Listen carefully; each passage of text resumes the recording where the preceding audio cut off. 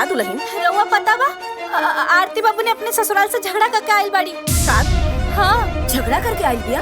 हाँ, उनके ससुराल से कॉल आइल रहल तो कहले कि हम बात ना करब, हम लड़के आइल बानी। अच्छा, तब्बे यहाँ पे चुंबक की तरह चिपकल पिया।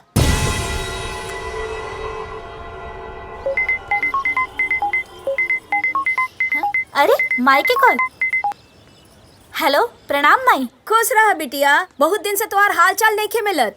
फोन करतानी त उठावत भी नहीं खिस। अरे माई, आपके तो पता बा ना कि आरती बबुनी और पहुना जी आइल बाड़े, तो उनके खातिरदारी में लागल रहने। का तू लोग अभी गइल नहीं खे का? ना माई, आरती बबुनी तो अपने घर से झगड़ा करके आइल बाड़ी। झगड़ा? हाँ। वो झगड़ा करके आइल बाड़ी त तू काहे झेलताड़ू? तू का सबके ठेका ले बाड़ू? ना माई, हम ही घर के बहू बानी ना। बहू बाड़ीस तका सबके सर पे उठा के चलबे का? अच्छा ये छोड़, पहले ये बताओ कि वो लोग का अभी तुहार कमरे में ही बाड़े? हाँ बेटी देख, हम तुहार भलाई खातिर बोलतानी। तू घर की बहू बाड़ीस, तू अपन हक समझ और सबसे पहले तो वो लोगन के अपना कमरा से बाहर निकाल।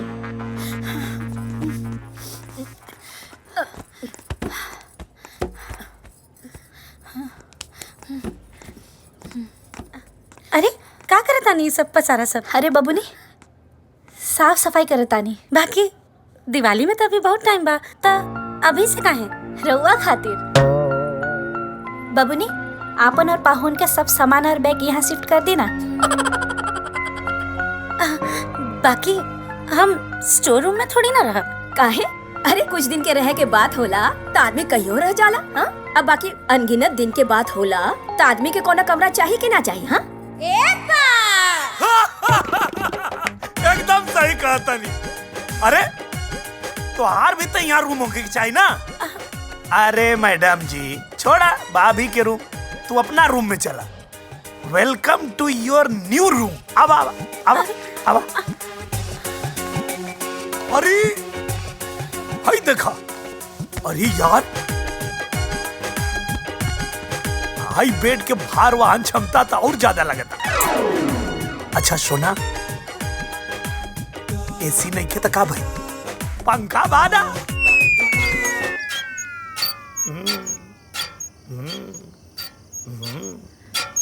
ई पंखा हवा खातिर चलता, तबला बजावता, समझे में नहीं क्या। ताना मारा था नहीं ना। अरे यार, हमार ससुराल है, इतना खातिर होता, हम कहे ताना मारा।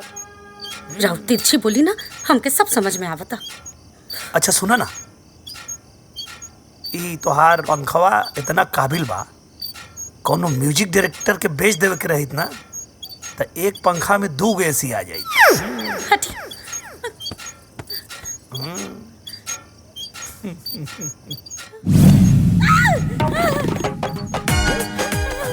अरे अभी ये तो हमके क्यों नहीं मारत रहलू है, अभी ये इतना प्यार आवे लगा।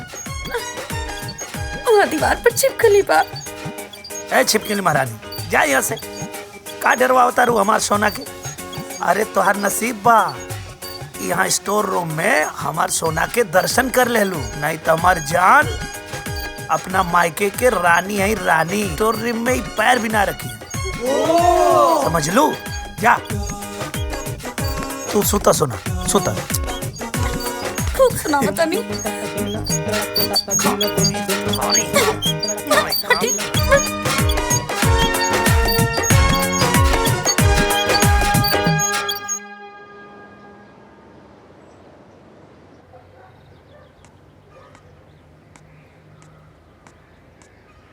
सोना गुड मॉर्निंग। अरे उठा। Good morning. हमार सोना का सोना सोना कहले बानी, आरती नाम बा हमार। अरे पता है कि तोहार नाम आरती है, लेकिन जब से हम तोहरे साथ यहाँ तोहरे मायके में आयल बानी, तोहरे पर हमके तनो प्यार आवता ना कि तोके सोना कहे के मन करता। जाई ना। हाँ, अरे सोना, तू कहत रहलू कि 8 बजे ले तू 3 कप चाय पी ले लू, और अभी तक तू यहाँ लेटल बाड़ू, चाय कहाँ बा तोहार? पता ना भाभी अभी तक चाय काहे ना देली, देखता नहीं।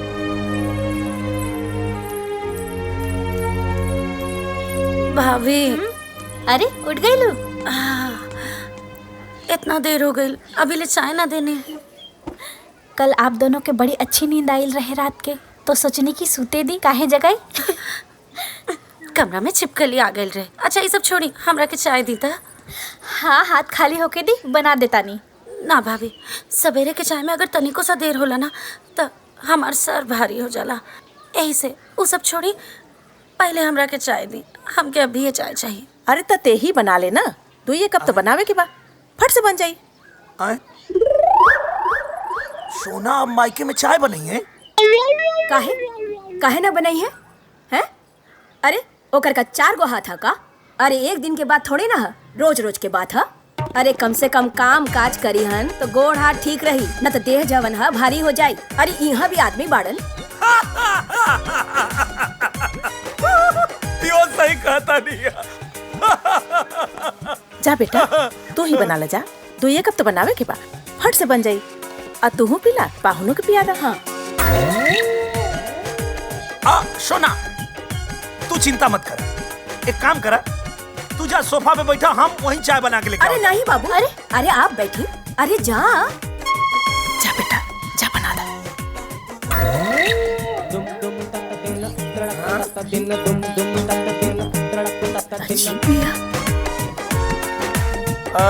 वैसे यहाँ सोफा कहाँ बा?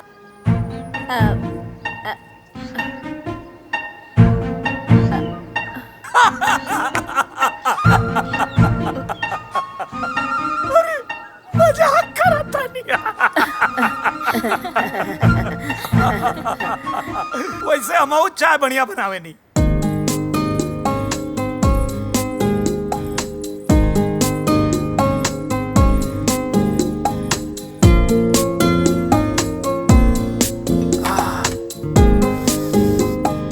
बाप रे बाप, गजब खुशबू आवता हो चाय से। हाँ तो हमरा मायका के चाय पत्ती है डिब्बे वाला, आपके घर जैसन ना खुलल चाय पत्ती। आरती, अरे वाह। अरे बैठी बैठी बैठी। सुननी है कि हमार बहन खुद अपन हाथ से चाय बने ले बिया। वैसे भी बहुत दिन हो गए लेकर हाथ के चाय पी ला। अरे तब पी ही ना, ले ले ले और बन जाए ना। हाँ भैया पी। वाह, बहुत बढ़िया चाय बनल बा। वाह वाह। थैंक यू भैया।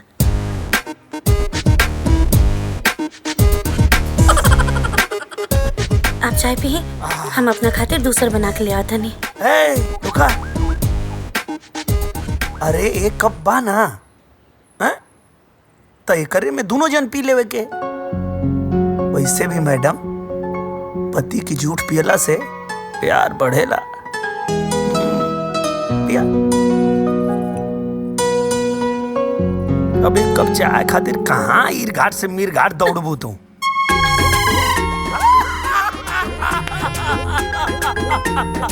अच्छा ठीक है, पी लो।